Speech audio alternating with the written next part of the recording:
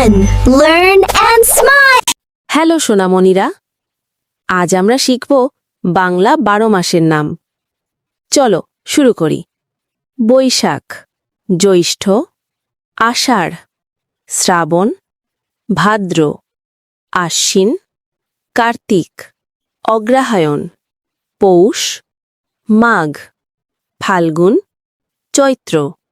বৈশাখ, জ্যৈষ্ঠ, আষাঢ়, শ্রাবণ, ভাদ্র, আশ্বিন, কার্তিক, অগ্রহায়ণ, পৌষ, মাঘ, ফাল্গুন, চৈত্র।